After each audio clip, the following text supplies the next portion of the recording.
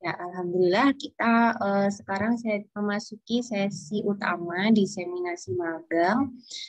Di room 2 kali ini ada beberapa yang akan melakukan presentasi terkait kegiatan magangnya di perusahaan masing-masing.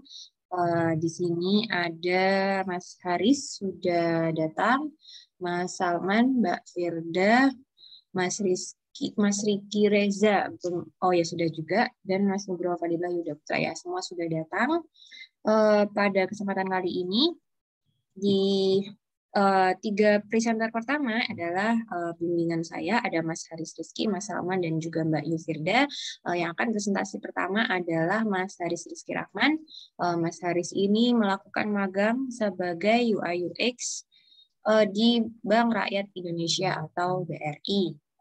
Dari Mas Salman, Mas Haris, apakah sudah ready? Sudah siap? Ya, Bu. Ya. Bisa share screen? Bisa share screen nggak ya? Bisa. Nggak bisa. Bisa. Ya, jadi waktunya tadi sudah disampaikan Pak Hansen juga, waktunya adalah 15 menit untuk presentasi dan juga pemaparan video magangnya jika masih ada waktu. Kemudian nanti dilanjut 15 menit tanya jawab. Di sini ada pengujinya yaitu Pak Irving. Nanti dari teman-teman yang lain yang di sini juga bisa tanya jawab juga ke Mas Hans. Silakan bisa dimulai. Ya, baik. Ini video dulu atau presentasi dulu, Bu? Presentasi dulu aja. Oh ya, ya.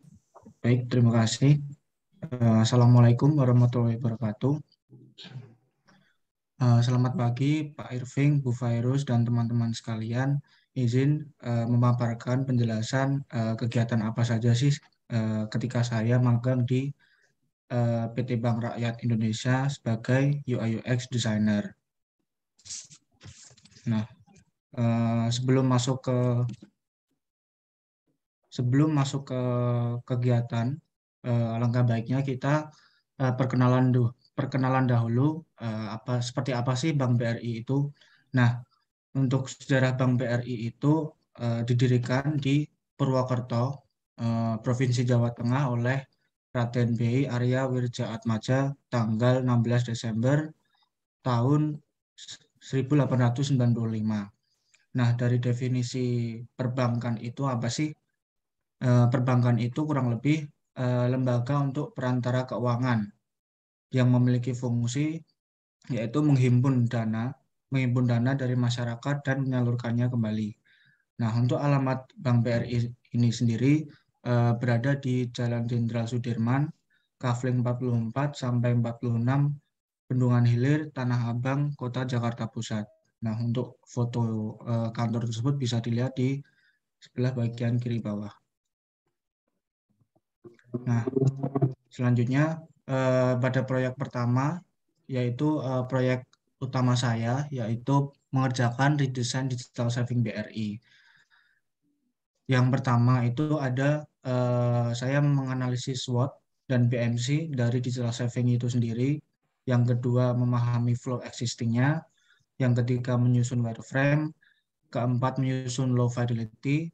Yang kelima menyusun prototype. Dan yang keenam melakukan usability testing.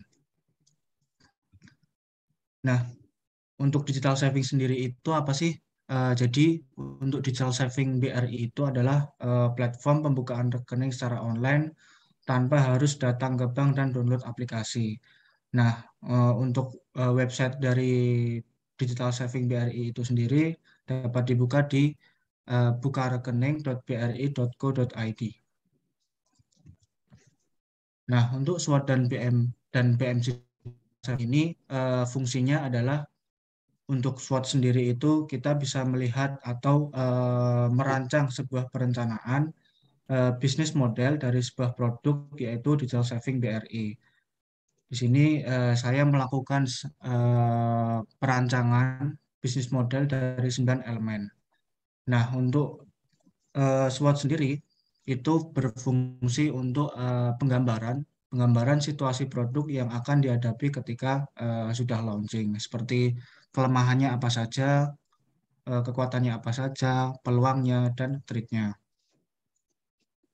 Kemudian yang kedua, kita masuk ke flow existing atau alur dari digital saving BRI itu sendiri. Nah, di sini ada 4 langkah yang digambarkan seperti flowchart. Langkah pertama itu memilih jenis tabungan. Setelah yang kedua, kemudian verifikasi diri. Di situ kita memasukkan nomor HP, email, foto KTP, perekaman video, foto selfie, dan foto NPWP apabila nasabah memiliki NPWP. Nah, yang ketiga itu pengisian data seperti pengisian data diri, pengisian data keuangan, pengisian data pekerjaan, persyaratan, dan konfirmasi data. Konfirmasi data itu seperti ketika pembukaan rekening itu sudah berhasil, misalnya jenis tabungannya apa, verifikasinya sudah lengkap atau belum, dan lain sebagainya. Nah, eh, yang keempat itu nasabah melakukan setoran awal. Kemudian langkah yang ketiga itu menyusun wireframe. Dari wireframe sendiri itu eh, kurang lebih ada di gambar sebelah kanan. Jadi untuk wireframe itu sebuah kerangka untuk menata suatu item di laman website atau aplikasi. Nah, fungsi dari wireframe ini adalah untuk melakukan eh, penggambaran awal atau dari penggambaran awal dari aplikasi yang akan launching tersebut. Nah, penyusunan wireframe ini bisa digunakan melalui kertas atau coretan atau software yang khusus dilakukan untuk wireframe, penyusunan wireframe tersebut. Nah, yang kelima ada penyusunan low fidelity. Low fidelity tersebut itu seperti yang pada gambar di samping kiri, desain yang tingkat presisinya masih rendah. Tingkat presisi ini bisa dilihat dari segi warna, ukuran teks, dan tombol, dan serta jarak antar elemen. Nah, eh, penyusunan low fidelity ini disusun menggunakan Figma juga dan masih meninggalkan tempat atau desain yang masih eh, rendah seperti itu. Nah, yang keenam, yang kelima ini penyusunan prototype digital saving atau produk yang saya hasilkan ketika ketika menyusun digital saving BRI. Dari dari dari pemberian langkah sebelumnya ada 4 kriteria yang dimasukkan ke penyusunan ini, yaitu yang pertama bertemakan kelas morphins atau memiliki latar belakang yang blur. Kemudian yang kedua dari segi warna gradasi biru dan ungu. Yang ketiga menggunakan kalimat yang milenial atau menggunakan seperti semi formal. Yang keempat user friendly.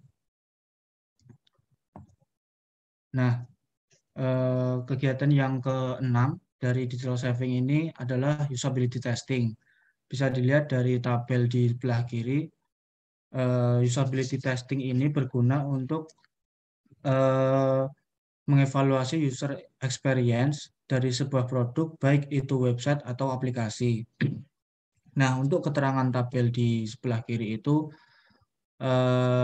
ada ada tiga warna, yaitu apabila nasabah melakukan pembukaan rekening, jika warna merah itu yang artinya gagal, kuning itu cukup lama, dan hijau sukses. Nah, dari usability testing itu ada 2 cara kita melakukan usability testing. Yang pertama, wawancara melalui Google Meet dan dilakukan selama 1 jam. Yang kedua, pembukaan rekening melalui digital saving BRI di website www.bukarekening.bri.ac.id. Nah, untuk catatan dari usability testing di tabel itu, kolom yang berwarna kuning tersebut menunjukkan bahwa partisipan itu mengalami sedikit kebingungan. Contoh pada saat memilih jenis tabungan yang terlihat masih lama untuk memilihnya. Kurang lebih seperti itu. Nah, untuk kegiatan selain proyek digital saving, saya juga membuat redesign Bridgeport Consumer, yaitu aplikasi internal untuk pegawai BRI yang memiliki fitur dashboard, nasabah potensial, aktivitas pemasaran, referral, pengajuan aplikasi, sales tools, ekspor, dan lainnya. Nah, untuk manfaat magang sendiri, selama saya magang di Bank Rakyat Indonesia, kurang lebih 5 bulan ini, saya mendapat wawasan bagaimana sih dunia kerja itu, seperti pengalamannya, dan tata cara berbicara, dan lain banyak hal. Nah, untuk soft skill sendiri juga terasah di ketika magang ini, kemudian hard skill, dan manajemen diri. Nah, untuk hambatan dan tantangannya, saya harus bisa menghadapi di lingkungan baru seperti di kota Jakarta yang magangnya dilakukan secara offline, kemudian lingkup kantor, kemudian hambatan yang kedua adalah finansial dari uang saku yang molor, kemudian yang ketiga pekerjaan di luar bidang. Mungkin itu saja yang bisa saya sampaikan dari Bapak Ibu dan rekan-rekan. Ada yang bisa ditanyakan? Videonya, Mas. Oh ya, video.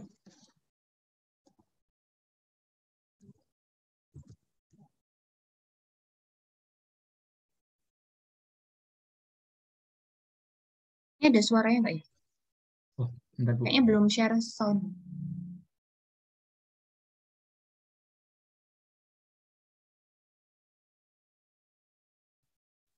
Assalamualaikum warahmatullahi wabarakatuh. Perkenalkan, namaku Haris Rizky Rahman. Aku sedang menempuh program sarjana di Universitas Islam Indonesia jurusan Informatika. Saat ini aku sedang menempuh jalur magang, tepatnya di semester 7. Penjaluran ini adalah sebagai salah satu syarat kelulusan. Aku magang di perusahaan Bank Rakyat Indonesia yang berlokasi di Jalan Jenderal Sudirman, Kelurahan Bendungan Hilir, Kecamatan Tanah Abang, Kota Jakarta Pusat. Nah, pada pekan pertama, aktivitas yang dilakukan adalah perkenalan secara menyeluruh dari teman-teman magang yang dilaksanakan secara online, dan juga perkenalan tentang perusahaan, mulai dari SOP perusahaan, lingkup kerja, dress code setiap harinya, jam kerja, dan lain-lain. Pada saat pekan kedua mulai bekerja secara onsite, namun masih di masa PPKM, di mana 75% pekerja yang dapat hadir di dalam kantor. Jarak antara kosku dengan kantor sangat dekat, maka aku tidak perlu memakai kendaraan, cukup berjalan saja. Aku berangkat ke kantor sekitar pukul 7 pagi, karena aturan masuk kantor pukul 7:30 pagi. Perjalanan ke kantor sekitar 5 menit. Nah, setelah masuk kantor, kegiatan pertamaku adalah mengikuti doa pagi dan sharing session bagi tim yang ingin mengupdate kegiatan sebelumnya maupun hari itu yang kemudian disampaikan ke kepala divisi. Setelah selesai sharing session dan doa pagi, yel-yel pun memberi semangat para pekerja. Semangat pagi. Pagi. Apa kabar Berry? Luar biasa. Bagaimana Berry? Harus lebih baik, pasti lebih baik. Are you ready to change? Yes, revolution. Insan brilian. Memberi makna Indonesia. Mas Fanding. Be the best talent, digital decade, to be a champion in financial solution. Yuk, leading bahasa yuk. Itulah yel-yel kebanggaan perusahaan. Setelah selesai doa pagi dan sharing session, kerja dimulai pukul 8 pagi. Di perusahaan tersebut, saya mengambil posisi magang sebagai UI UX designer. Proyek utama yang aku kerjakan adalah membuat redesign digital saving BRI. Nah, apa itu digital saving? Digital saving adalah sebuah platform pembukaan rekening secara online tanpa harus datang ke bank dan download aplikasi. Langkah pertama membuat desain UI UX adalah membuat wireframe. Wireframe merupakan sebuah sketsa kasar tampilan aplikasi atau website. Biasanya digunakan untuk menyusun tata letak awal dalam suatu desain.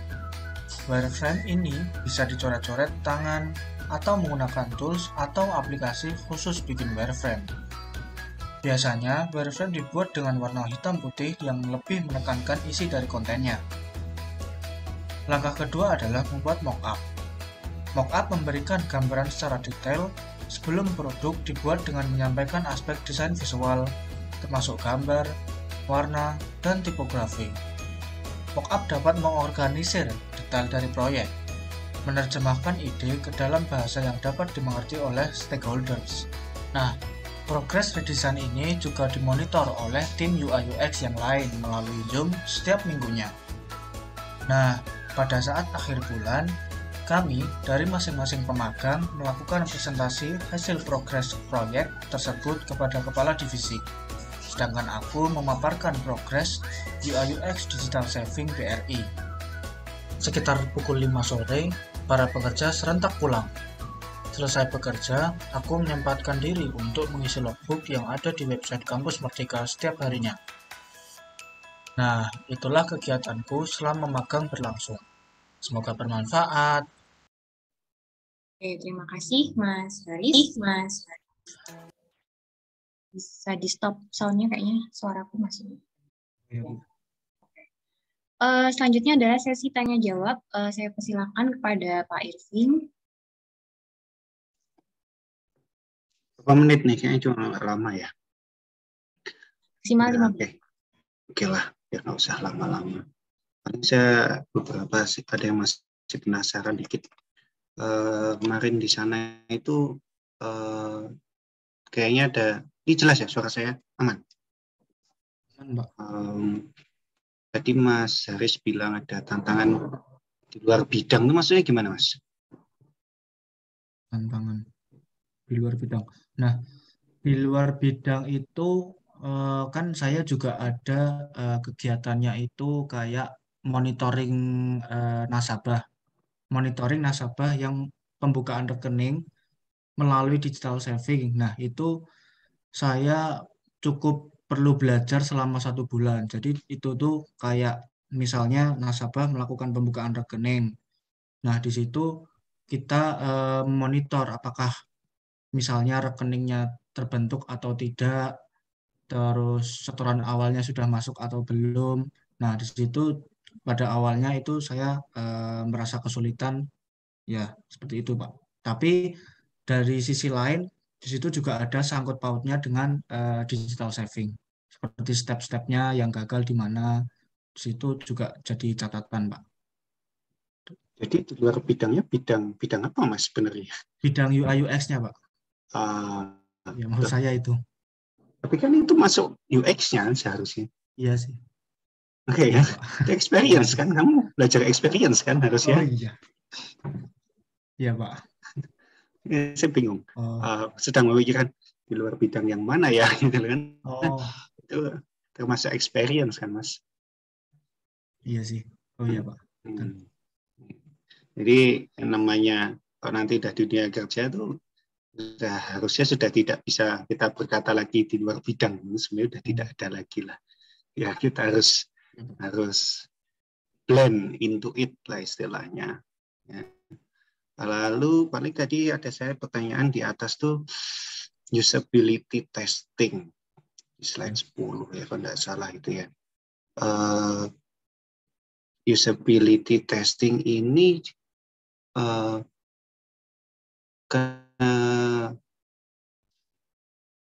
apa bedanya dengan user acceptance testing? Dengan apa, Pak? User acceptance testing. User acceptance testing itu, setahu saya kalau usability testing itu kita mengundang responden untuk melakukan user experience-nya terhadap produk yang akan kita launching. Seperti itu, Pak. Kalau user acceptance itu Seperti testing juga nggak sih, Pak? Coba di googling. Nggak apa-apa sambil googling. Oh ya. Boleh. Ini acceptance testing. Ini kira-kira kamu bedain acceptance testing.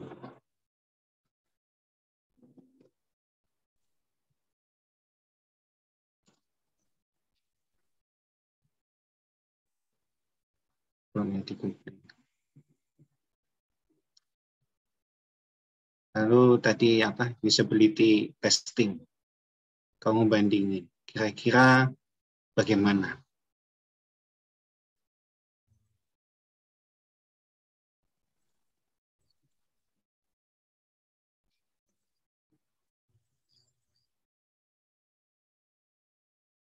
Kenapa tidak usability? Kenapa hanya usability? Kenapa kok tidak ada user acceptance? Nah, kalau user acceptance testing itu proses pemeriksaan apakah solusi tersebut sudah sesuai dengan kebutuhan user. Kalau usability testing, metode yang digunakan untuk mengevaluasi user experience dari sebuah produk, baik itu website maupun aplikasi. Jadi yang kamu kerjakan itu apakah hanya UI UX atau ada fungsionalitas? UI UX dan fungsionalitas juga sih, Pak. Berarti harusnya ada iya, dua testing. Ada kan? dua, iya benar. User acceptance testing. Nah itu nanti coba di kalau masih bisa dilakukan, coba dilakukan untuk nambah nanti di laporan ya. Di tugas akhirnya. Dua hal itu. Baik, Pak. Dua hal itu perlu ada karena ada fungsionalitas dengan UI UX-nya. Oke, paling itu saja Bu Khairus, cukup. Nggak nanya-nanya lainnya Pak tentang proses magang. Udah tadi kan? Udah. Masih 10 menit. Nggak apa-apa, nggak usah lama-lama waktunya. Dari teman-teman yang di sini mungkin apa ada yang mau nanya-nanya tentang magang di BRI? Ini selain peserta magang ada Mas Vika, Mas Umam, Mas Milano, Mas Indra, Mas Farhan, Mbak Siska, dan Mas Adi Rivaldo. Ada yang mau bertanya tentang magang di BRI? Jangan khawatir, bosnya BRI punya kedekatan dengan informatika UII. Bos besarnya BRI. Komisaris utamanya. Oke, terima kasih Pak Irving dan Mas Haris. Dari Mas Haris bisa diakhiri. Baik, terima kasih Bapak Ibu atas kesempatannya. Wassalamualaikum warahmatullahi wabarakatuh. Waalaikumsalam warahmatullahi wabarakatuh. Selanjutnya ada sesi presentasi dari Mas Salman Zikri Robi.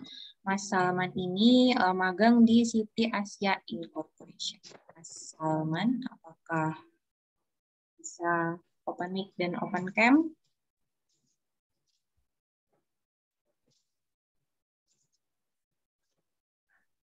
Suaranya belum kedengeran nih. Halo.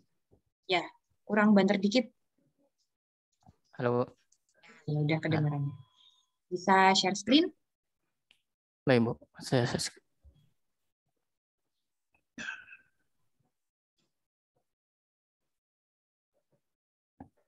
Oke, waktunya 15 menit ya, termasuk nanti pemutaran video. Masih ada waktu, saya silakan. Baik. Assalamualaikum warahmatullahi wabarakatuh. Perkenalkan, saya Salman Zikri Robi, mahasiswa Informatika Angkatan 18. Di sini saya akan mempresentasikan diseminasi magang saya selama magang di City Asia Ins. Saya magang di City Asia Ins berposisi sebagai front-end programmer. Beberapa pembahasan yang akan dibahas dalam presentasi ini diantaranya satu tentang City Asia Ins, rutinitas, aktivitas, dan refleksi sekaligus poster dan video, poster dan vlog.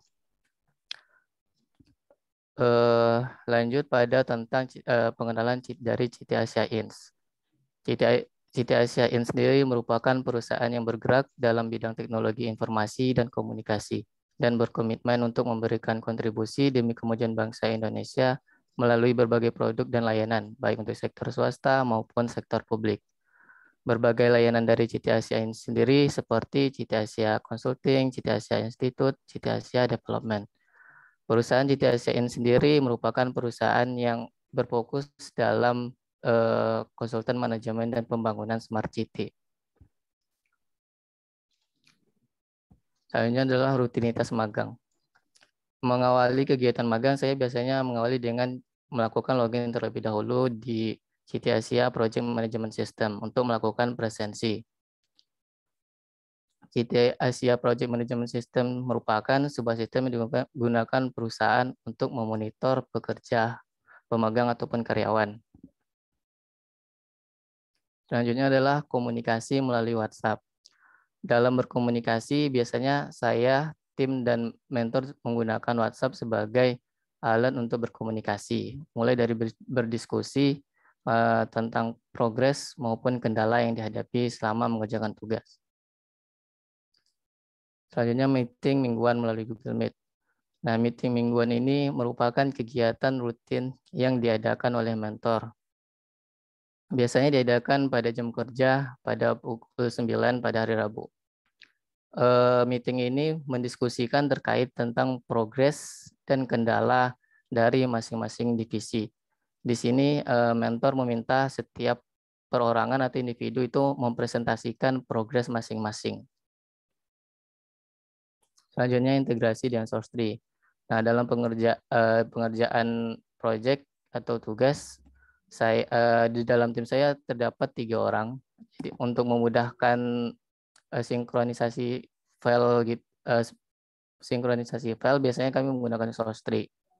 Source3 sendiri merupakan klien GUI yang digunakan untuk mengakses berbagai layanan Git dan Mercurial. Dalam aplikasi ini kita bisa mengunggah dan menyalin repositori di berbagai layanan. Selanjutnya ada Town Hall Meeting bulanan. Town Hall Meeting merupakan pertemuan rutin yang diadakan oleh perusahaan dengan mentor-mentor, pemagang, karyawan tetap maupun dari CEO, dihadiri juga oleh CEO dari perusahaan tersebut.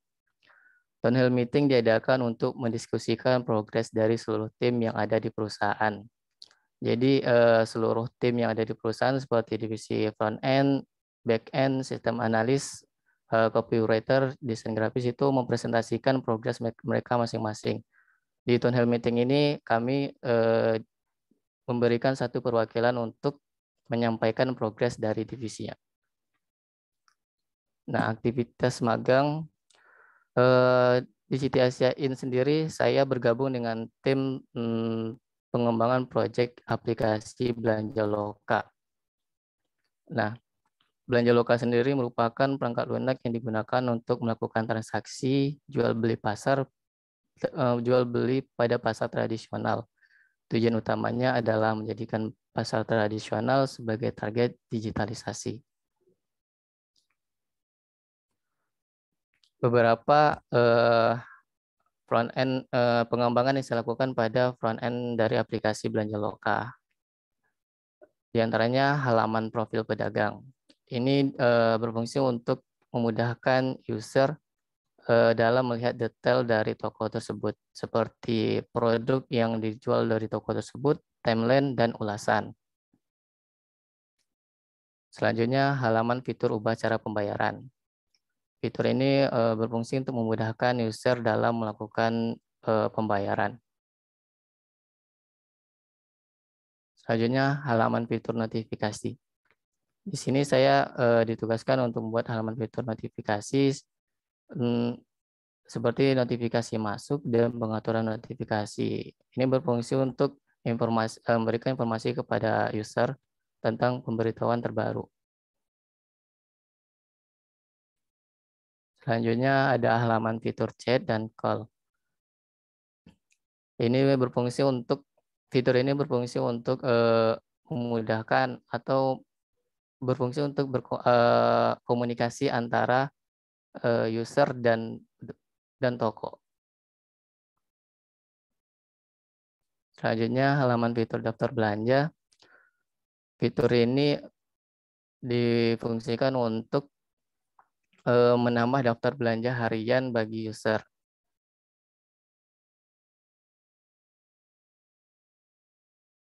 Pengembangan selanjutnya yang saya lakukan adalah membuat fitur filter dan edit tawar. Ini adalah fitur tambahan dari front end sebelumnya. Seperti filter ini berada di profil pedagang.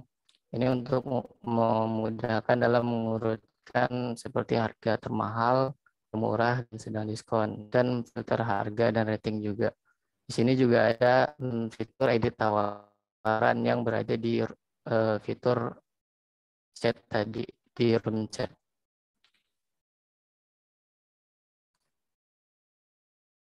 Selanjutnya refleksi ini saya dapatkan, ada beberapa manfaat yang saya dapatkan seperti pengetahuan,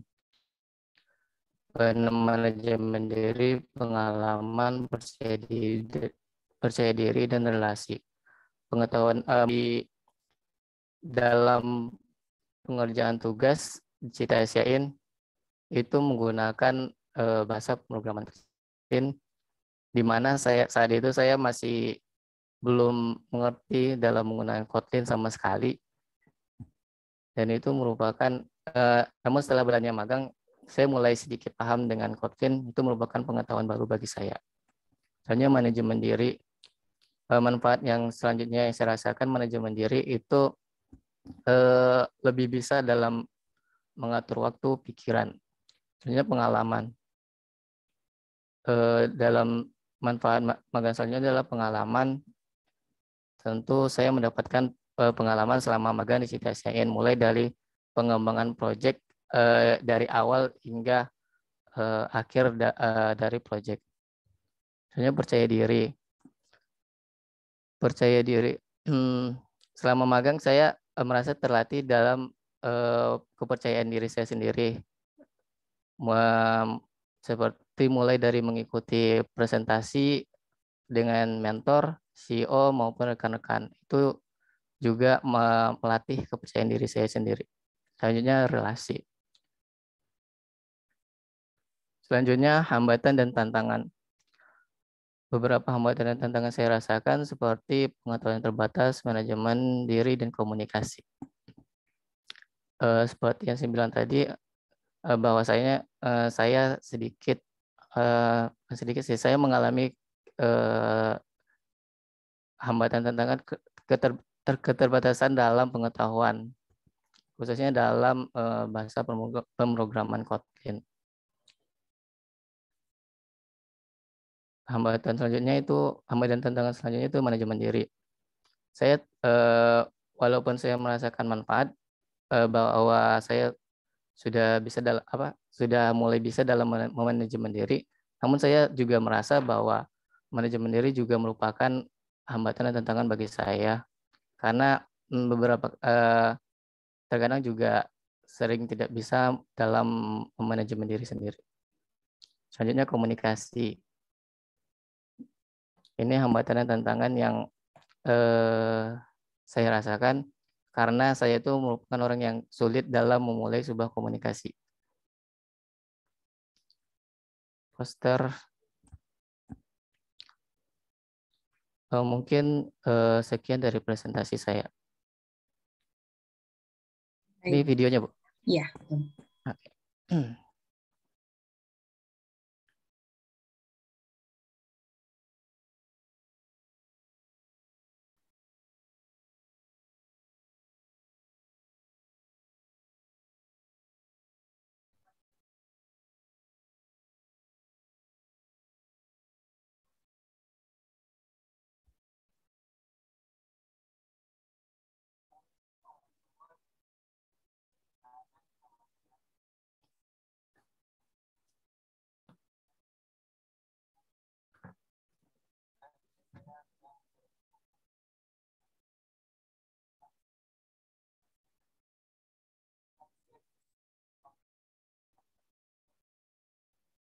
Suaranya mungkin bisa di-share dulu, Mas. Nggak ada suaranya.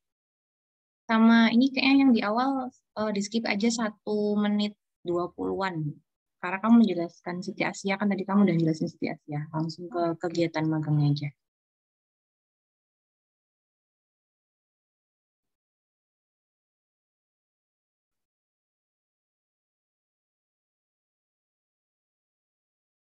Sekarang malah cuma soundnya doang. Yuk. Nah, 1 menit 20. Nah, Berposisi sebagai mobile front-end developer. Langsung saja ke videonya. Baik teman-teman, aktivitas yang biasa saya lakukan untuk pertama kali adalah melakukan bisa login ke sistem tolong dibantarkan Mas, dijelaskan. untuk melakukan presensi. Gimana Bu? Asia sendiri Ini agak kurang keras. Kurang keras ya? Magang adalah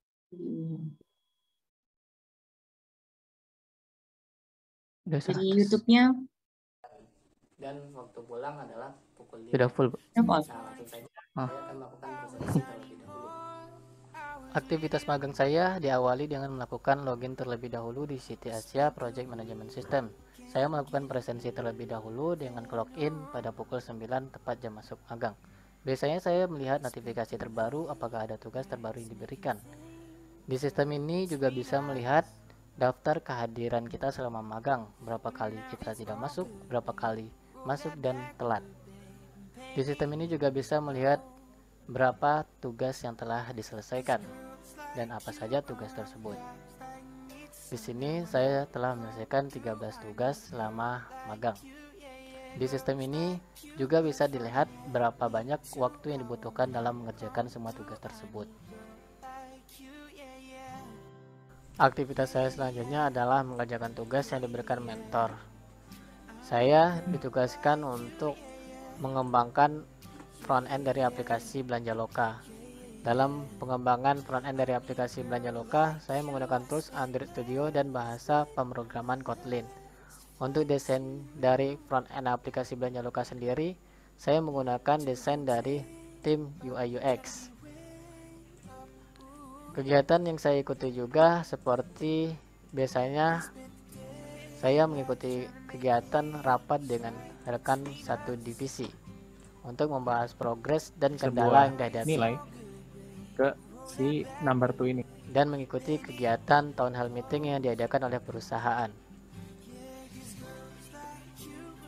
Dalam mengerjakan tugas, saya biasanya merasakan bosan ataupun jenuh. Terkadang saya mencari waktu untuk beristirahat. Terkadang saya bermain smartphone dengan membuka media sosial untuk refreshing sejenak. Itulah cerita singkat dari aktivitas selama saya magang di Siti Asia Ins. Kegiatan magang ini dilaksanakan full secara WFA atau work from home. Sekian dan terima kasih. Terima kasih.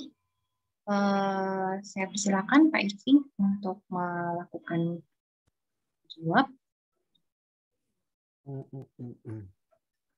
Mas Salman. Siti Asia ini di mana ya? Penasaran malah. Daerah mana, Mas?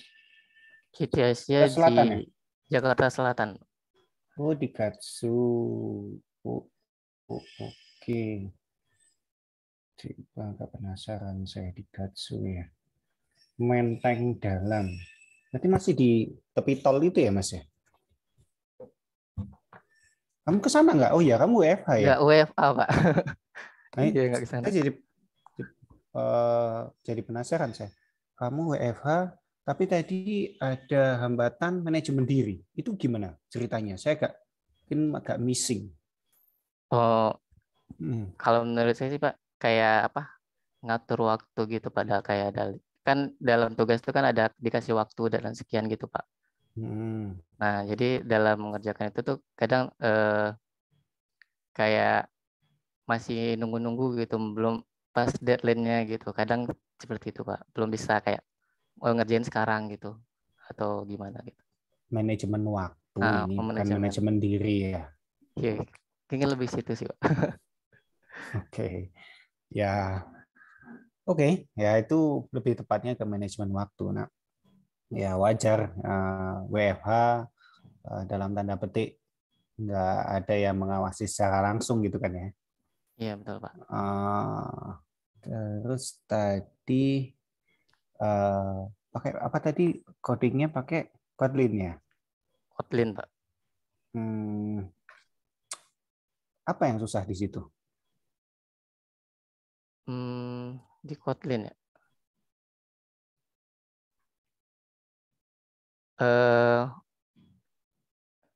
Kalau menurut saya sih susah. Susahnya apa? Saya juga bingung sebenarnya Pak, soalnya Kotlin baru saya ituin pelajari. Bentar. Ya itu wajar ya. Pasti semuanya seperti itulah kalau masuk dunia yang baru ya.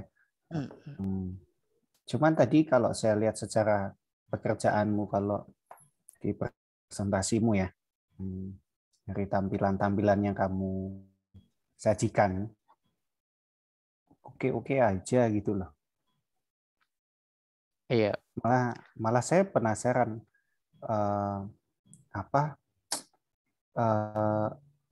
kenapa kok pakai coding itu gitu? Nggak pakai Kotlin gitu.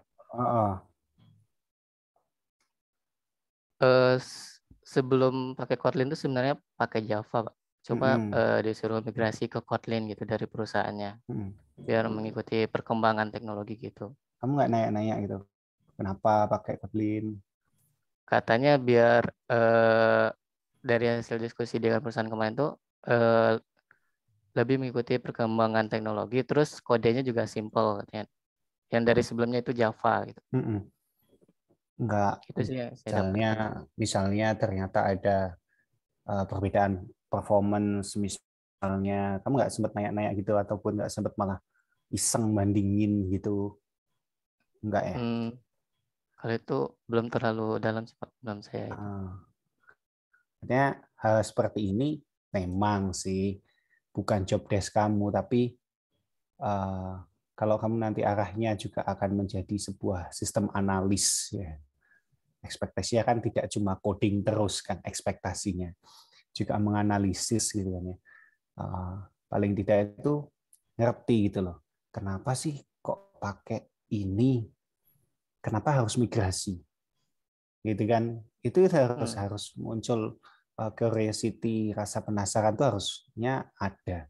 Kenapa kok harus migrasi?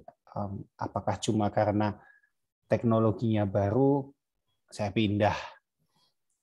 Nah, tentunya kan harusnya secara logika kan nggak mungkin kita mau pindah rumah cuma gara-gara ada rumah yang lebih bagus.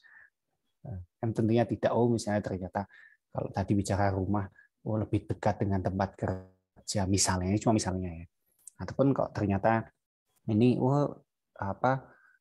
coding yang baru ini misalnya ternyata secara performance untuk apa ini tadi belanja loka ini ya. Iya. Untuk belanja loka ini kan itu membuat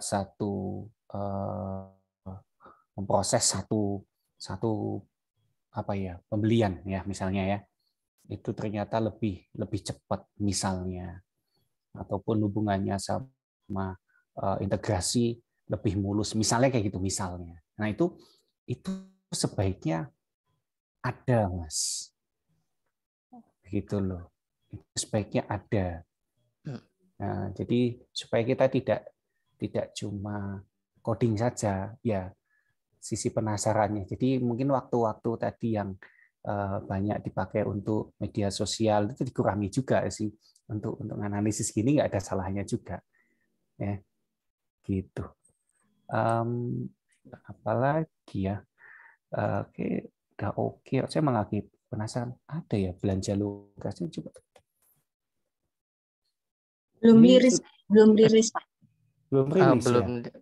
Belum Februari. Tapi Facebooknya udah ada ya. Oke. Menarik belanja loka. saingan juga nanti ya sama yang lain ini ya. Tapi memang masih rahasia berarti ya konten dalamnya ya. Penasaran Eh, saya. Lebih tepatnya ke penasaran saya. Kayak gimana cara mainnya si belanja loka. Kalau kamu sempat nanya-nanya nggak kira-kira ngapain sih buat baru lagi belanja loka? Kan yang lain udah ada gitu loh. Kamu nggak sempat nanya-nanya? jadi dari hasil diskusi itu Pak, emang sih timbul pertanyaan kayak gitu. Kan ada Shopee, ada marketplace lain gitu Pak. Nah di situ tuh katanya di sini tuh fokusnya itu dalam pasarnya gitu Pak. Jadi di aplikasi ini ntar kita bisa memilih nih, kita mau datang ke pasar mana gitu. Ya contohnya di sekitar kita ada pasar, contohnya pasar Senen gitu. Kita pilih pasar Senen, nanti kita masuk ke kita pilih pasar tersebut. Nah di situ ada semua produk yang dijual di pasar itu gitu Pak. Kita juga bisa tukar-tukar pasar gitu, ke pasar gitu Pak. Jadi nanti arahnya ke pasar tradisional, menghubungkan. Nah iya Pak. Ah. Lebih ke situ. Itu layak loh Mas itu diceritakan Mas. Kalau memang itu tidak konfidensial ya. Itu layak diceritakan. Oke, Pak. Artinya ada sebuah sisi kenapanya itu tuh layak dimunculkan Mas. Nanti kok saya nggak tahu di laporan magangmu saya memang tidak menilai ya, tapi itu hal-hal yang sangat apa istilahnya hal ilmiah yang perlu diceritakan. Oke, Bu Fairuz itu aja lah, nggak usah banyak-banyak. Baik, terima kasih Pak Irving. Dari teman-teman yang di sini ada yang mau bertanya terkait dengan kegiatan magang di City Asia ini. Ya masih ada buka lowongan magang nggak Mas Awan? Masih, Bu. Kemarin malah saya sempat ditawari batch 2. Masih ada yang front end aja atau apa? Dia di sana kalau buka magang ada kayaknya semua lini ada di kayak back end, sistem analis, PM gitu. Jadi bisa dicari di webnya City Asia ya. Ya, terima kasih Mas Salman, silahkan bisa ditutup. Terima kasih pada Bu Fairuz dan Pak Irving atas waktunya. Saya tutup. Assalamualaikum warahmatullahi wabarakatuh. Waalaikumsalam warahmatullahi wabarakatuh. Baik, terima kasih Bu Fairuz atas waktu dan kesempatannya. Bismillahirrahmanirrahim. Assalamualaikum warahmatullahi wabarakatuh. Pada kesempatan hari ini saya diamanai untuk memandu ya ujian diseminasi magang. Tulisannya ujian atau bukannya diseminasi magang saja seperti ya. Mahasiswa saya ada 2 yang terdaftar. Yang pertama adalah Mas Riki Reza Ananda. Kemudian ada juga Mas Nugroho Fadilah Yuda Putra. Jadi nanti prestasi pertama akan diberikan oleh Mas Riki dulu ya, kemudian diikuti oleh Mas Nugroho. Mas Riki, apakah sudah siap untuk diseminasi magangnya? Insya Allah sudah, Pak. Baik, kalau sudah, monggo silakan di share screen-nya, kemudian dipresentasikan video atau PowerPoint-nya. Monggo, silahkan, Mas. Apakah sudah kelihatan? Masih proses. Nggak apa, tunggu aja sebentar lagi. Ya, sudah. Monggo, Mas Riki. Saya buka dulu. Assalamualaikum warahmatullahi wabarakatuh. Perkenalkan, nama saya Riki Reza Ananda. Saat ini saya magang di PT Volarium Innotech Indonesia sebagai UI UX Engineer. Mau di full screen kan nggak Mas? F5 atau berapa itu?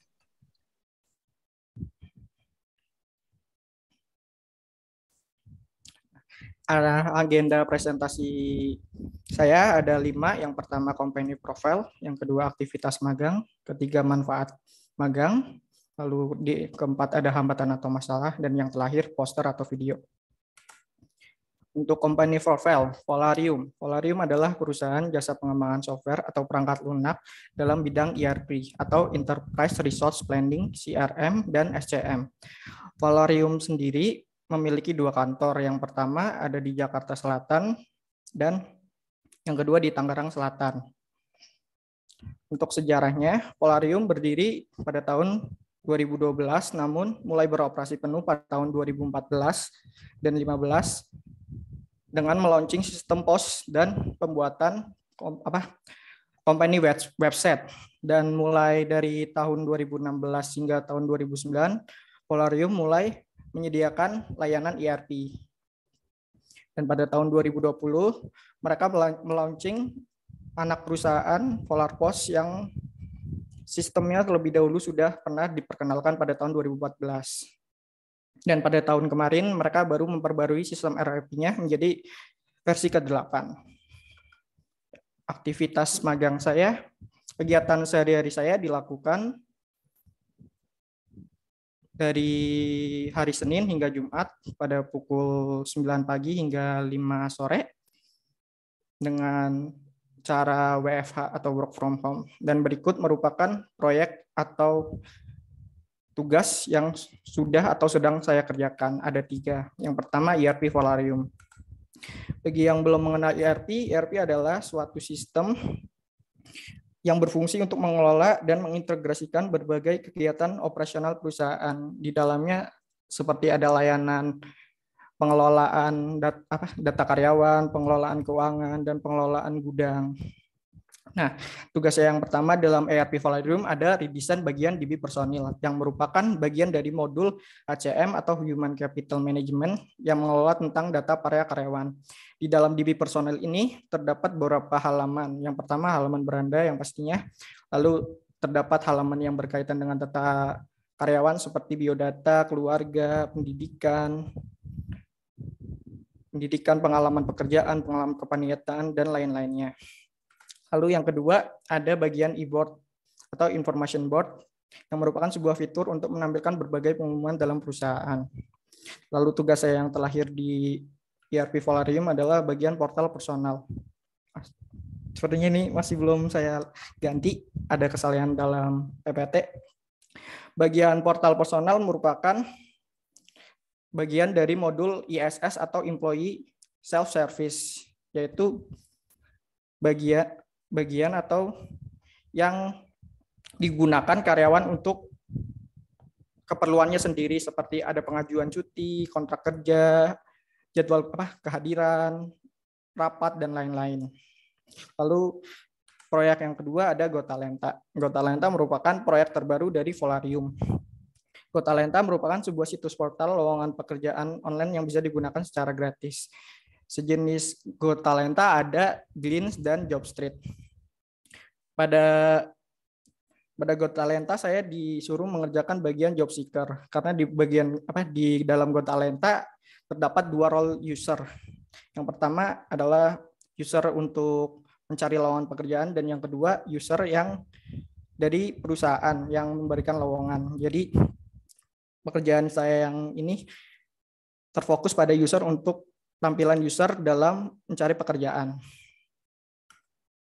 Lalu yang ketiga yang sedang saya kerjakan saat ini adalah meredesain website Polarium. Lalu manfaat magang. Manfaat magang yang saya terima dari bekerja di Polarium, yang pertama pastinya mendapatkan pengalaman kerja dan wawasan.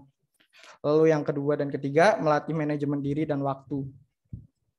Contohnya, ketika saya bekerja, saya mendapatkan tugas dari kuliah dan pekerjaan, saya bisa mengatur bagaimana pekerjaan yang akan diselesaikan terlebih dahulu, memprioritaskan pekerjaan tersebut dengan pekerjaan yang lainnya, sehingga mendapatkan hasil yang maksimal. Lalu yang selanjutnya hambatan atau masalah. Karena saya merupakan orang yang introvert atau pemalu dan pendiam, saya kurang bisa bersosialisasi dan berkomunikasi dengan karyawan di satu perusahaan.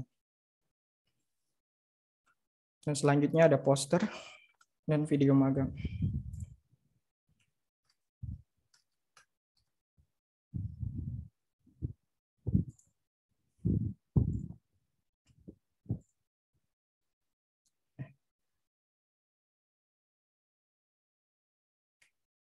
Ada suaranya nggak ya, Pak?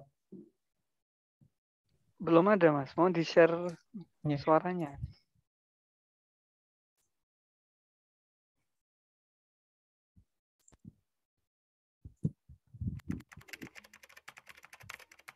Sudah sekarang.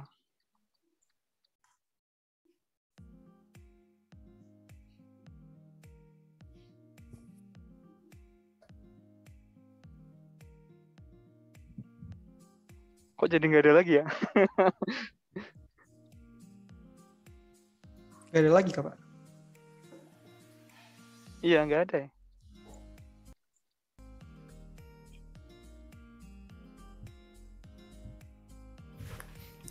Halo, perkenalkan, nama saya Sudah ya. Riza Ananda.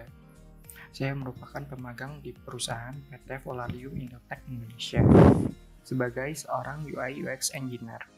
PT Volarium merupakan sebuah perusahaan yang bergerak di dunia teknologi, tepatnya pada pelayanan software ERP, yang melayani berbagai macam sektor bisnis perusahaan. Volarium memiliki 2 lokasi kantor.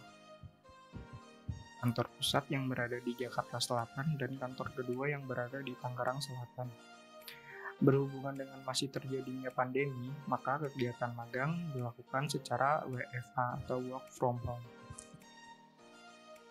Kegiatan sehari-hari saya saat melakukan magang diawali dengan melakukan presensi di website perusahaan,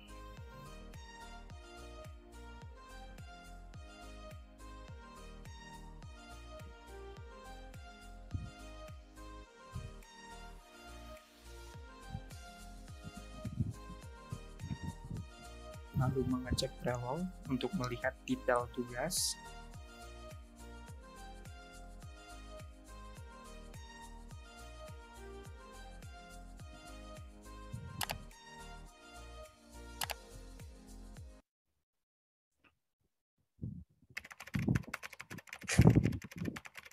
dan dilakukan brainstorming atau mencari referensi untuk mengerjakan tugas, dan mulai mengerjakan tugas tersebut.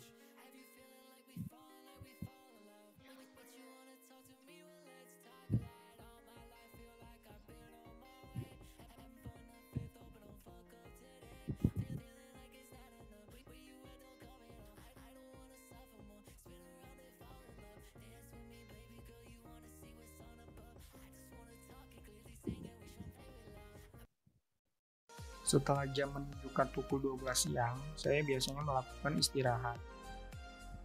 Pada saat istirahat, saya biasa melakukan sholat zuhur terlebih dahulu dan dilanjutkan mencari makan siang. Setelah selesai makan, saya akan mulai bekerja lagi pada pukul 1 siang, dilanjutkan mengerjakan tugas hingga sekitar pukul 4:30 sore,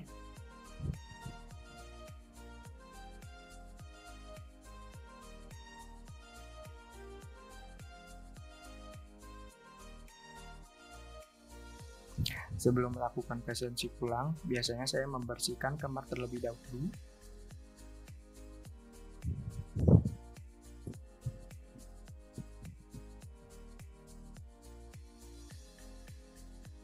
Setelah itu baru dilanjut dengan presensi pulang. Seperti itulah kegiatan sehari-hari saya selama magang secara WFH di PT Volarium Indotech Indonesia.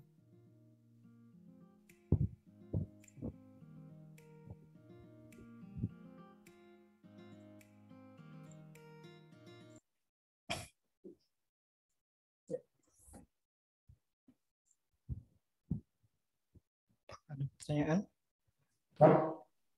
Baik, terima kasih untuk presentasinya Mas Riki. Kita masuk ke sesi selanjutnya, yakni sesi tanya jawab dari dosen penguji. Bagi Pak Irving, kami persilahkan Pak, monggo. Baik. Bentar, saya ke yang paling banyak kerjaannya itu yang bagian mana ya, Mas? Untuk yang paling banyak pekerjaannya bagian ERP Volarium, Pak. ERP Volarium yang di bagian DB personil.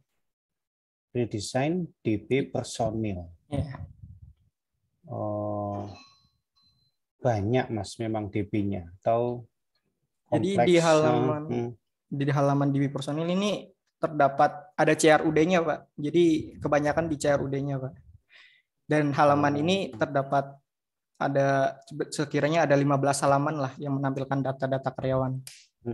Jadi data keluarga, pengalaman, pekerjaan, pendidikan, dan lain-lainnya, Pak. Ada 15. Dan setiap halaman itu terdapat CRUD-nya sendiri-sendiri, Pak. Penasaran saya. Itu nggak boleh dilihatin di sini nggak ya? Dari contoh proyeknya, Pak. Ya, 1 halaman gitu, penasaran saya. Bisa kelihatan, Pak? Maksudnya bisa, kalau itu bukan rahasia ya. Oh, dari websitenya, Pak. Kalau yang di website masih tampilan yang lama, Pak, belum diaplikasikan tampilan yang baru. Saya bukanya dari Coba. Saya penasaran aja.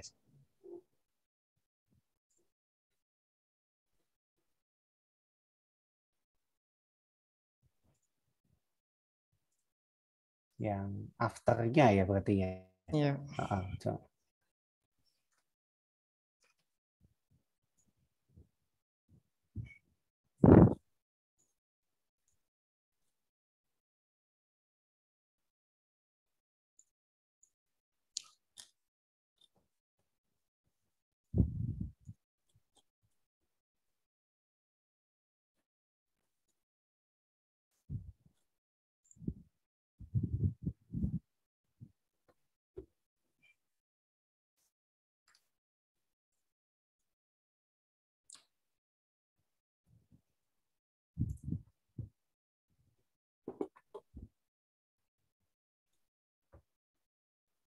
Lama ya, Pak, Figma-nya, Pak.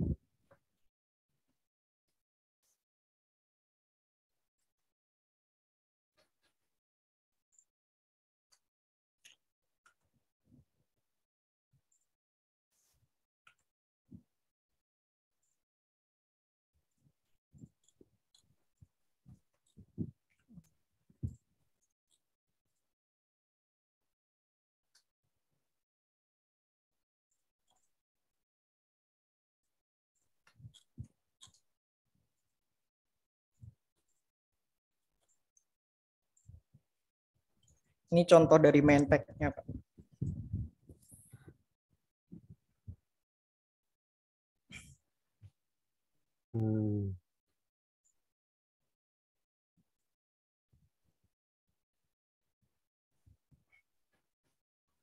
Oke.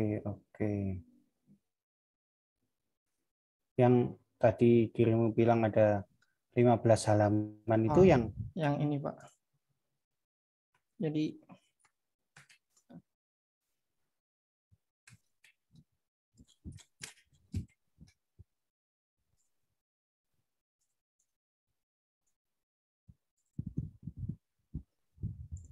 ada tab-tabnya, Pak. Nah, ini ada biodata, keluarga, pendidikan, kemampuan bahasa, keahlian, keterampilan, dan lain-lainnya, Pak.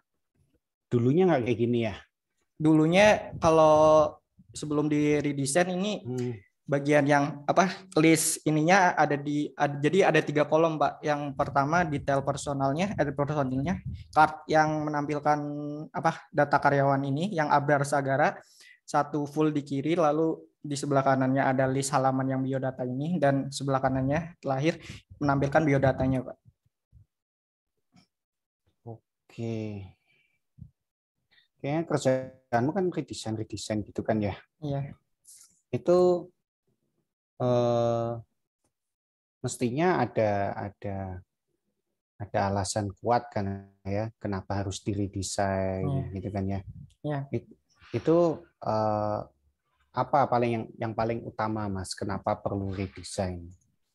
Kalau yang paling pertama untuk redesign adalah dari supervisornya sendiri, mereka menginginkan tampilan yang lebih modern, Pak. Karena dalam tampilan-tampilan yang di DP personil ini kebanyakan datanya masih ditampilkan dalam bentuk tabel, Pak. Karena ERP Volarium ini kan sudah dari tahun 2015-16 lah, Pak. Jadi mereka pengen penampilan datanya jadi lebih modern, Pak.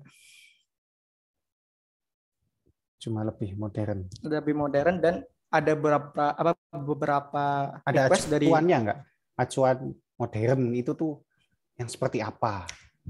Nah, kalau untuk DB personil mereka tuh pengen menghilangkan tabel-tabelnya, Pak. Tabel-tabelnya seperti contohnya kan kalau sebelumnya di halaman keluarga mereka masih bentuk tabel, nggak ada gambar atau apa, jadi halaman bentuk tabel satu baris menampilkan nama ini, jadi lebih interaktif, Pak, lebih menarik untuk dilihat. Jadi tidak ada semacam rujukan gitu, tidak ada ya, jadi ini lebih ke pengalaman dirimu sebagai desainer. Ini dirimu sendiri atau bersama ada orang lain? Tugas ini diituin ke saya sendiri, Pak. Nah, artinya kan desain ini benar-benar murni pertimbanganmu sendiri gitu kan ya. Nah, itu tadi berarti juga tidak ada rujukan, misalnya tadi dikatakan modern. Apa indikator modern itu misalnya gitu loh. Nah, tadi dirimu sempat mengatakan tidak ada tabel-tabel lagi. Nah, itu siapa yang bilang modern sama dengan tidak ada tabel? Ya itu karena kan supervisornya menginginkan menghilangkan tabelnya ya, Pak, pertamanya. Jadi ya seperti itu, Pak. Jadi bayangan saya hal seperti itu perlu ada nantinya di laporan gitu loh, bahwa kenapa perlu redesign, lalu redesainnya menuju ke apa, rujukannya apa, seperti itu, supaya ketika nanti katakanlah ada yang mau mengembangkan lagi dari pekerjaanmu itu, ya tahu rujukannya apa gitu loh. Soalnya kalau murni berdasarkan dirimu ya bukannya tidak boleh, tapi ya itu nanti akhirnya agak rumit ketika mau pengembangan. Itu aja sih, Pak Chandra, cukup. Baik, terima kasih atas sesi pertanyaannya Pak Irving. Mungkin dari peserta apakah ada pertanyaan? Bisa langsung raise hand atau dituliskan di chat ya. Jadi kalau ingin bertanya. Kalau tidak ada, mohon Mas Riki dapat menghentikan sharing screen-nya. Kita akan lanjutkan ke mahasiswa selanjutnya, Mas Nugroho. Terima kasih semuanya. Saya tutup. Wassalamualaikum warahmatullahi wabarakatuh. Waalaikumsalam warahmatullahi wabarakatuh.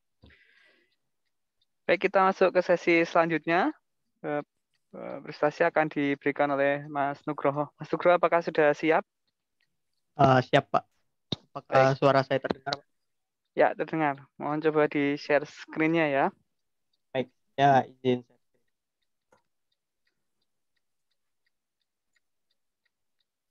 Apakah sudah masuk, Pak? Iya, sudah.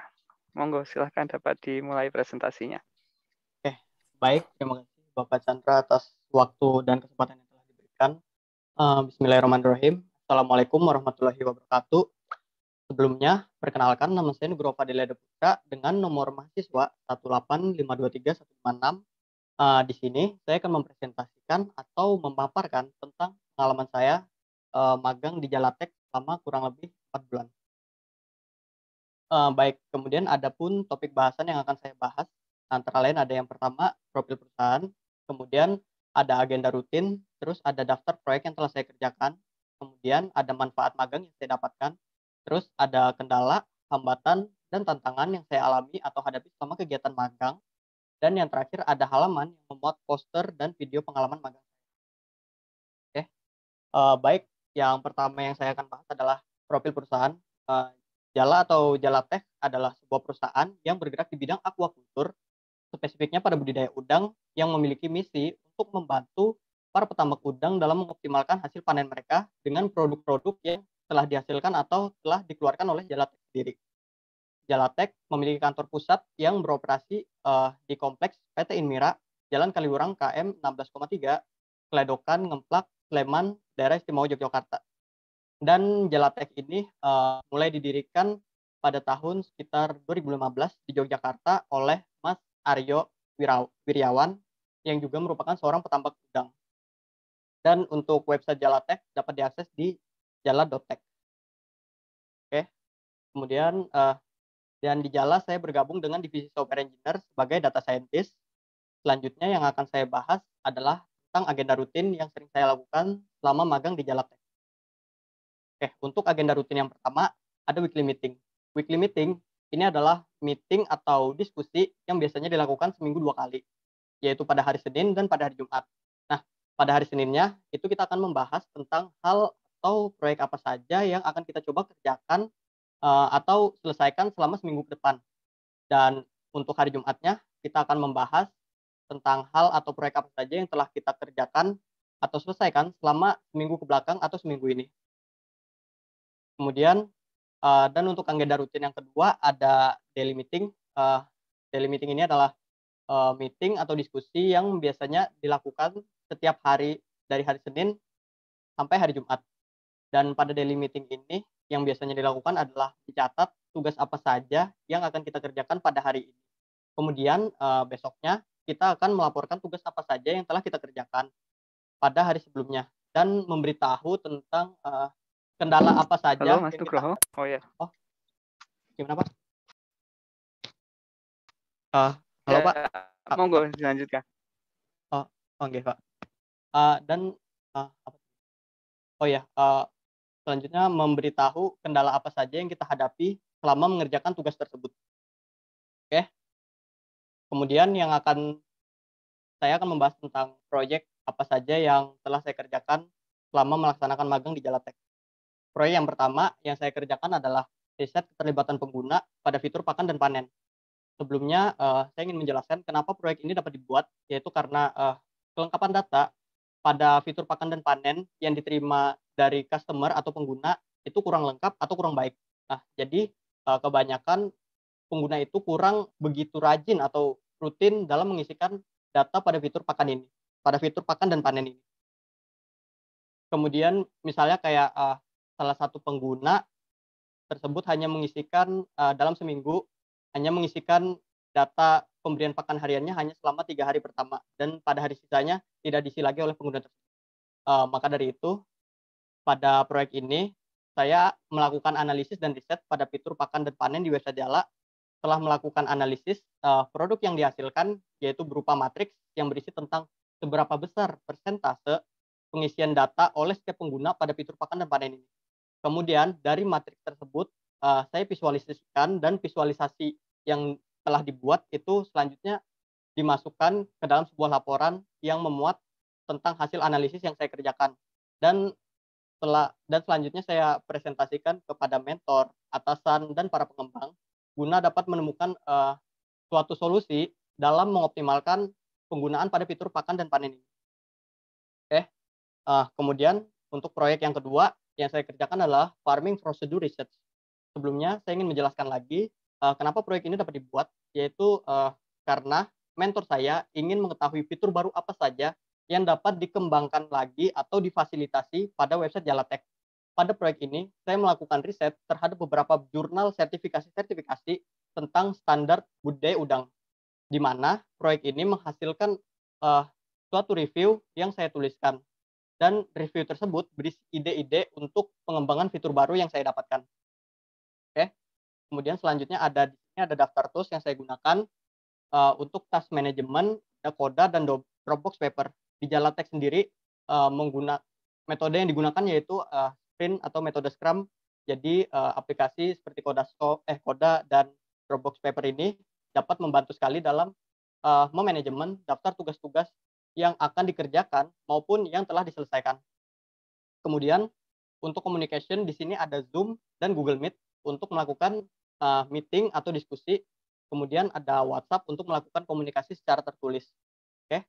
Kemudian untuk code editor yang saya gunakan di sini ada RStudio.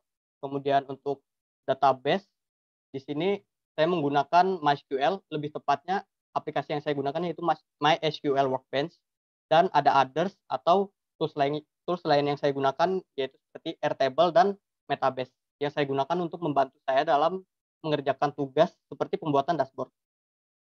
Baik, kemudian selanjutnya ada manfaat apa saja yang saya dapatkan selama melaksanakan program magang. Yang pertama adalah mendapat pengalaman kerja dalam lingkup perusahaan secara profesional. Dan pengalaman ini juga dapat memberikan saya gambaran tentang dunia kerja yang sesungguhnya.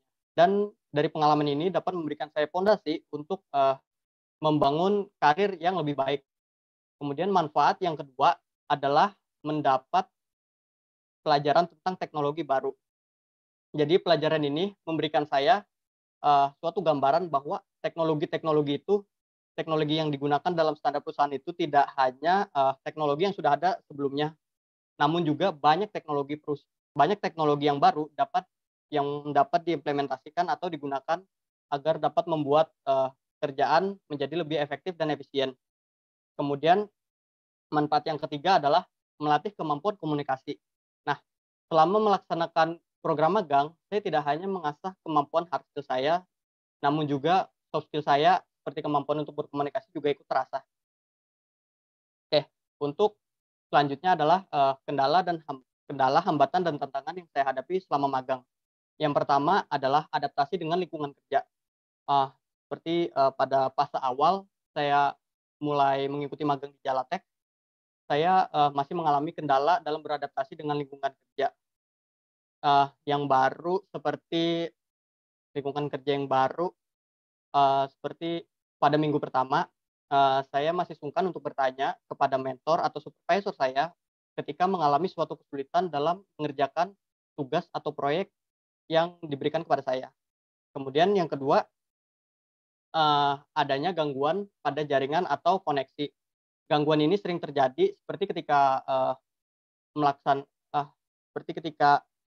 mendengarkan penjelasan untuk menyelesaikan suatu tugas dari mentor saya. Seringkali suara dari mentor saya terputus karena gangguan dari koneksi ini. Dan yang terakhir ini adalah tantangan bagi saya, yaitu mempelajari hal baru. Nah, mempelajari hal baru, baik itu mempelajari tentang tools dan metode yang belum pernah saya pelajari sebelumnya, dan juga menyelesaikan seperti tugas baru yang belum pernah dikerjakan sebelumnya. Baik, pada halaman ini ada poster dan video pengalaman magang saya. Oke, saya izin play.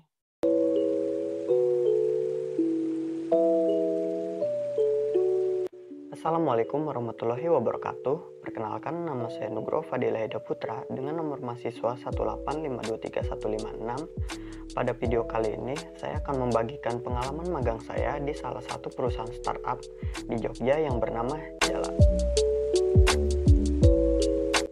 Jala atau Jalatek merupakan sebuah perusahaan startup yang bergerak di bidang aquaculture, spesifiknya pada budidaya udang, yang memiliki misi untuk membantu para petambak mengoptimalkan hasil panen mereka.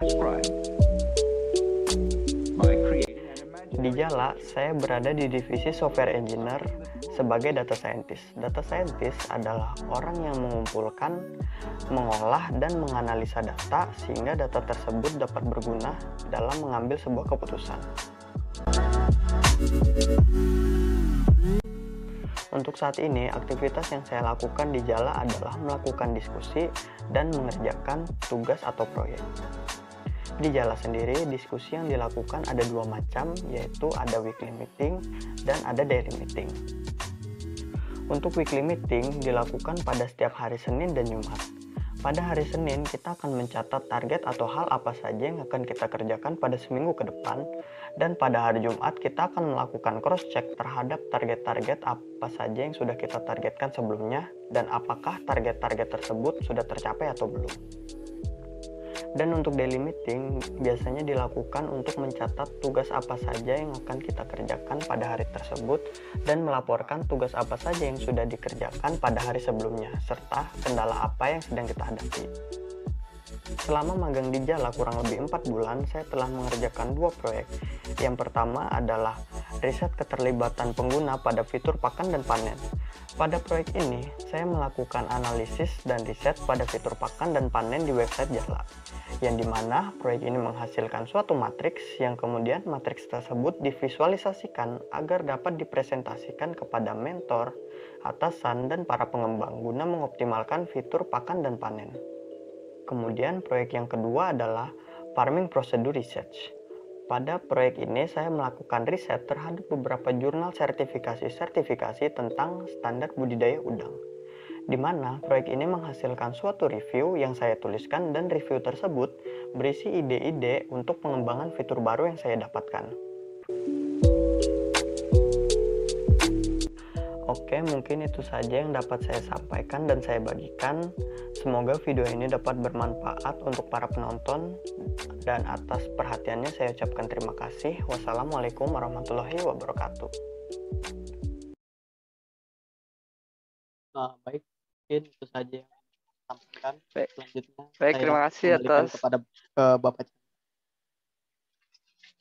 Baik, terima kasih atas presentasinya Mas Nugroho. Kita akan masuk ke sesi selanjutnya, yakni sesi tanya jawab dari dosen penguji. Bagi Pak Irving kami persilahkan. Monggo Pak. Oke.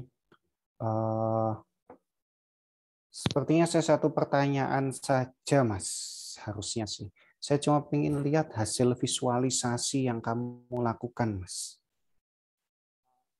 Saya nunjukin salah satu visualisasi di laporannya aja, Pak. Soalnya Enggak apa-apa. Saya ingin lihat. Saya izin share ulang. Iya. Ntar saya izin buka laporan saya dulu.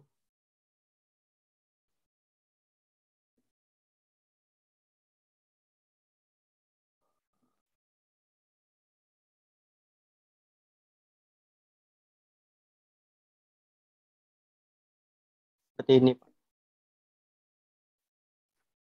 Ini salah satu visualisasi saya dan beserta hasil analisisnya, Pak. Coba satu ini apa artinya, Mas? Oh, ceritain. Baik, Pak. Di Jala kan itu ada ada yang namanya tambak, ada yang namanya kolam, ada yang namanya siklus, Pak. Jadi pada halaman ini saya itu menganalisis dari suatu siklus gitu, Pak. Nah, untuk siklusnya sendiri, ini soalnya ada penjelasan tentang qualified cycle, Pak. Jadi apakah saya harus menjelaskan ini juga, Pak? Apa itu qualified cycle gitu? Boleh? Oke. Jadi qualified cycle itu adalah siklus yang terkualifikasi dari beberapa parameter. Misalkan untuk mengatakan siklus itu terkualifikasi, ada kriteria atau parameter-parameter yang harus diselesaikan. Misalkan di sini ada data dari fitur pakan. Nah, kelengkapan datanya itu sekitar kurang lebih 50% dari setiap siklus, Pak. Nah, dan untuk ada juga tidak ada periode 10 harian yang kelengkapannya kurang dari 50%. Kemudian untuk data dari panennya sendiri, ada data panennya dalam periode 14 hari sebelum siklus itu berakhir. Nah, jadi di sini data-datanya itu merupakan hasil-hasil dari analisis saya. Misalkan di sini total siklus yang saya analisis ada sekitar 7.596 dan 820 siklusnya itu sudah memenuhi kriteria kualifikasi. Sedangkan sisanya itu belum memenuhi kriteria kualifikasi. Entah itu data pemberian pakan harian yang kurang dari 50% atau dia tidak memberikan data panen terakhirnya dia, Pak. Seperti itu, Pak. Tadi saya agak penasaran, dirimu mengatakan ada kolam, ada apa satu lagi? Tambak, lalu Ya. ada siklus. Ya. Kenapa kamu setarakan ini? Kolam, tambak, siklus? Sebenarnya nggak setara sih, Pak, karena satu tambak itu punya beberapa kolam, sedangkan satu kolam itu punya beberapa siklus, gitu, Pak. Jadi yang di sini saya analisis itu spesifiknya lebih ke siklusnya aja, Pak. Per kolam. Per kolam dan per tambak. Ya, artinya siklus itu tidak setara ya. Ya. Jadi siklus itu ada sebuah proses yang terjadi di sebuah kolam gitu kan ya. Ya benar, Pak. Itu, Pak. Oke. Ini saya bingung kenapa dirimu menjawab tadi ada kolam, ada tambak, ada siklus. Itu kan seperti sama gitu kan pangkatnya gitu. Oke. Itu aja, Pak. Chandra cukup lah. Saya cuma pengen tahu, penasaran ini aja sih. Tapi oke, bagus lah. Baik, terima kasih. Terima kasih Pak Irving atas waktunya. Mungkin untuk peserta yang lain, apakah ada pertanyaan untuk Mas Nugroho? Nanti kalau ada, mohon dapat dituliskan langsung di chat atau mungkin bisa menggunakan fasilitas raise hand yang ada di Zoom. Nggak ada ya? Kalau tidak ada, karena ini juga merupakan sesi yang terakhir gitu ya dari room ini gitu ya, kelompok ini, akhiri saja. Terima kasih. Saya tutup. Assalamualaikum warahmatullahi wabarakatuh. Waalaikumsalam.